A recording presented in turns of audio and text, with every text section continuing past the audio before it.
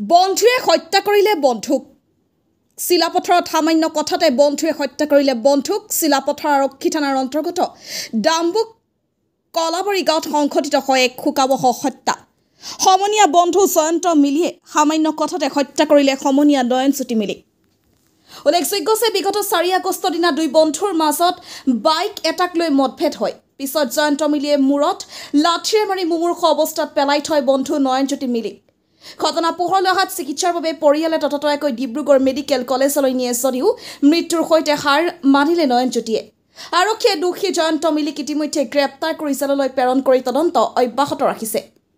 ক'ব বিচাৰিছোঁ যে যোৱা 4 তাৰিখে মোৰ ভতিজা ল'ৰা আপোনাৰ নয়নজ্যোতি মিলিক একদম মানে নিৰ্মমভাৱে লাঠিৰে কোবাৰ পাছত 10টা 12টা 4টা নেক্সট দিনা 4 তাৰিখে ততাতৈয়াকৈ ডিব্ৰুগড় অসম চিকিৎসা মহাবিদ্যালয়ত ভৰ্তি কৰিলোঁ ভৰ্তি হোৱাৰ পাছত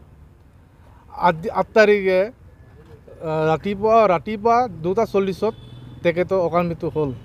গতিকে এটা আমি দোষীক শাস্তিৰ বাবে দোষীক একদম মানে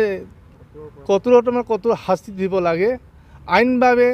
যিটো আইনক আমি সদায় বিশ্বাস কৰোঁ সদায় আইনে যিটো জগৰীয়া কৰিছে